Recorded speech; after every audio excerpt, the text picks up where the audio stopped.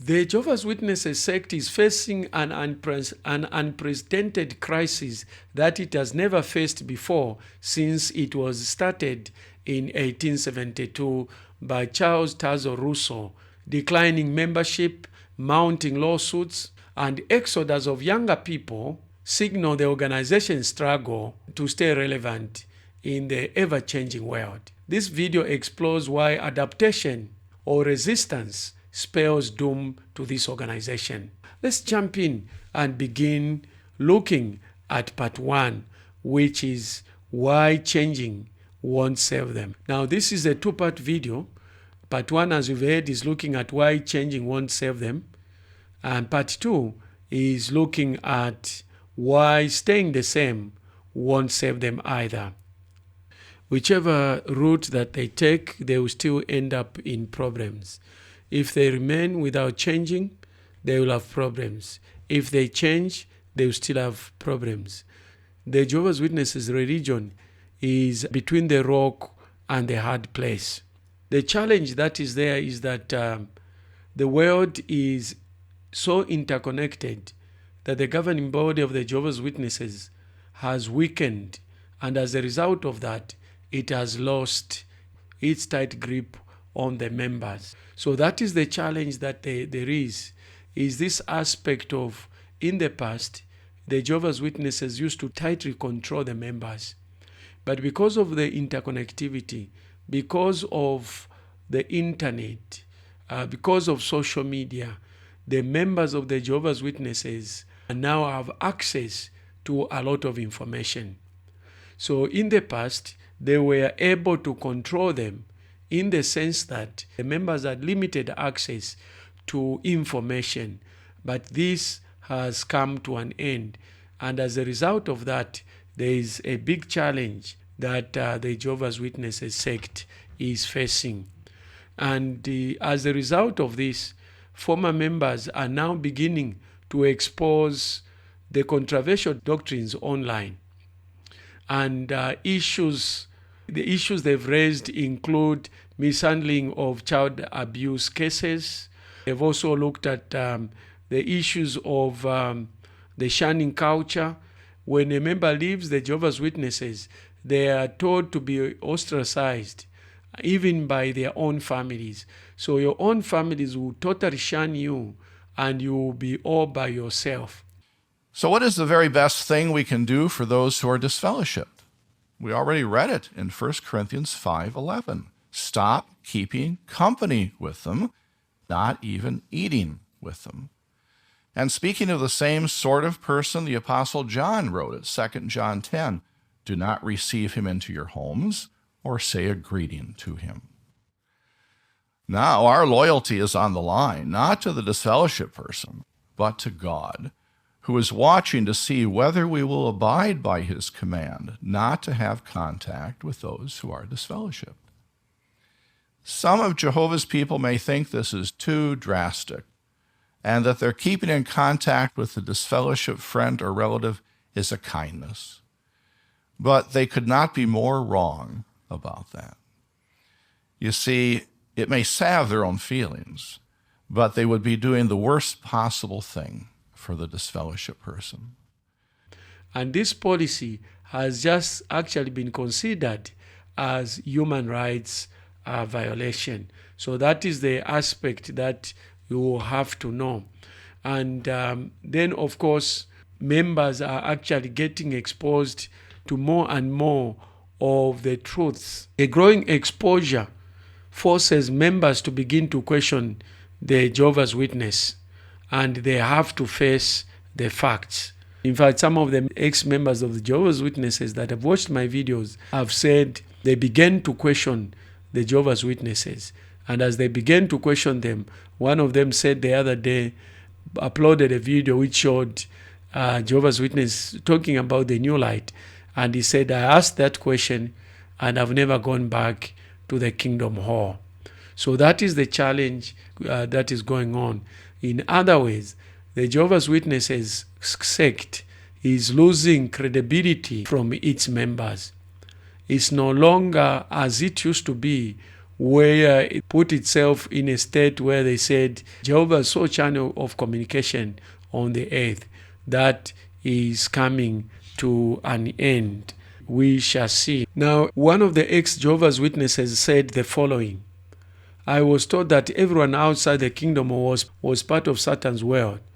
But once I left, I realized how controlling and isolating that mindset really was. It felt suffocating.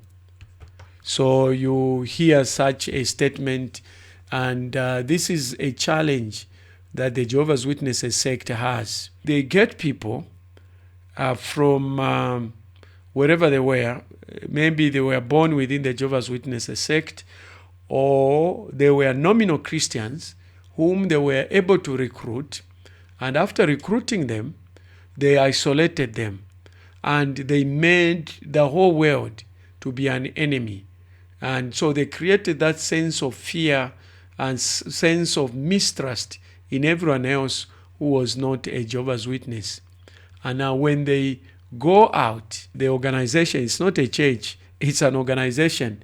Now, you see, one of the things that you have to know is that even if the Jehovah's Witness sect decides to change, it won't help them. Change is not going to help them. Why is change not going to help them? The reason change won't help them is that a movement's strict adherence to its doctrines purported to be ongoing divine guidance through the governing body can't just change. There's been very strict adherence to the rules of the Jehovah's Witnesses sect, and members are supposed to toe the line. And if they refuse to toe the line, it means that they can be disfellowshipped. And after they're disfellowshipped, then they are shunned.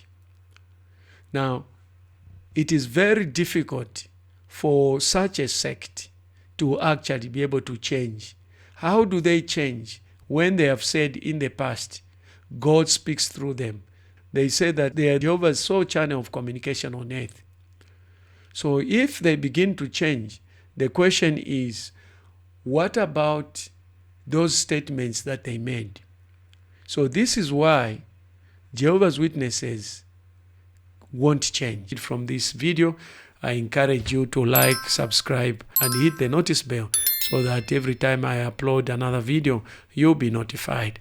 And then you can choose whether to watch it or not to watch it. It's important to note that change, because of what they are going through, seems to be the logical thing to do. When you are facing challenges, the best thing to do is to be able to adapt. But unfortunately, change is not that simple for an organization like the Jehovah's Witnesses, which relies on strict adherence to the doctrines.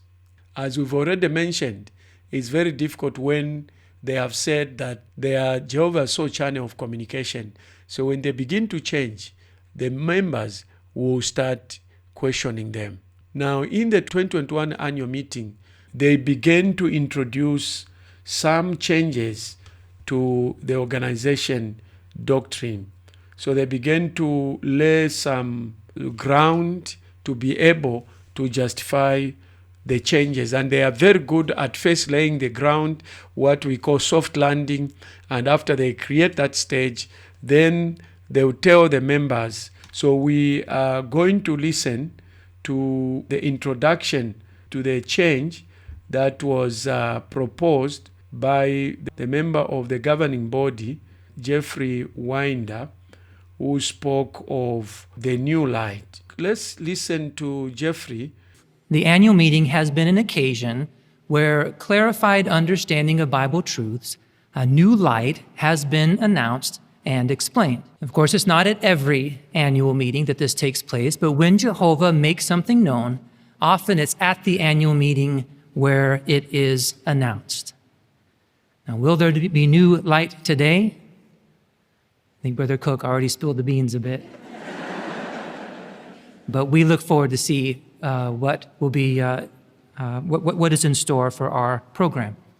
But have you ever wondered, though, how exactly does Jehovah reveal clarified understanding of the Scriptures, new light, in modern times.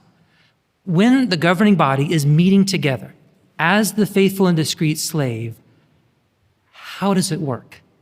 How exactly does the light get brighter? How does Jehovah use that arrangement to clarify our understanding? So you've heard what Jeff was saying there, to try to lay the ground, which is soft landing before they begin to introduce new changes and be able to justify to the members about the changes they were about to make. As they began to change, the challenge that they've already started facing is that whilst this may be appealing to new members, the challenge is that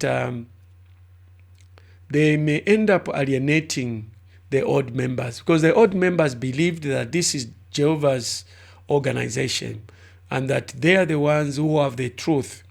So when you begin to change, some are already questioning the leadership, which is unquestionable. I watched a video where some members even refuse to obey some of these orders, some of these changes that have been proposed by the governing body. And the challenge is that when they do that, when they make such a change, they are actually now like attempting to change core teachings can actually lead to a backlash, because the faithfuls believed in the core doctrines, and that's what has made them distinct. That's what has made them unique from other churches. And this is what they pride themselves in, that they are Jehovah's true organizations. Others are actually part of the system of Satan. So now when you begin to change, Jehovah's Witnesses, the governing board of the Jehovah's Witnesses is going to cause a backlash. And in fact, like I mentioned earlier, in some places, this backlash has already started. And you see, the other thing is that such a change erodes the very foundation of the Jehovah's Witnesses' faith. So in other words, what they stood on all this time becomes shaky when they start changing. So that's why this is Jehovah's Witnesses' last chapter. And whatever they do is going to create a problem for them. It's important to take note of that change that is actually taking place.